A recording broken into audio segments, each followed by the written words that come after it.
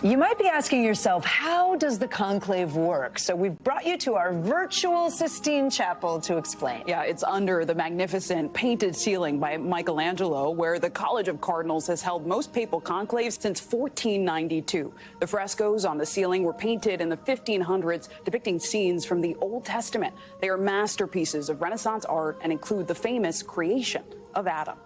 The conclave meets 15 to 20 days after the Pope dies. It is steeped in history, rituals, and traditions. While there are currently 252 members of the College of Cardinals, only those under the age of 80 are eligible to vote.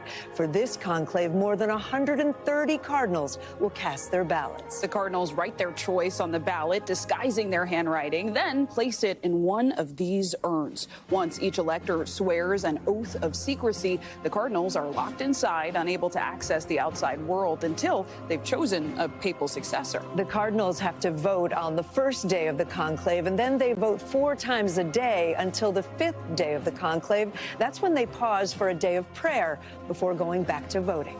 They keep voting over and over again until they reach a 2/3 majority backing one individual. The Cardinals don't have to sleep there, though. They are allowed to leave and stay at St. Martha's House, a residence within the Vatican grounds, before going right back to voting. You may remember hearing about the conclave smoke. 2 stoves are brought into the Sistine Chapel. One burns the actual written ballots cast by the cardinals. The other produces the telltale black or white smoke by adding certain chemicals to the ballots themselves.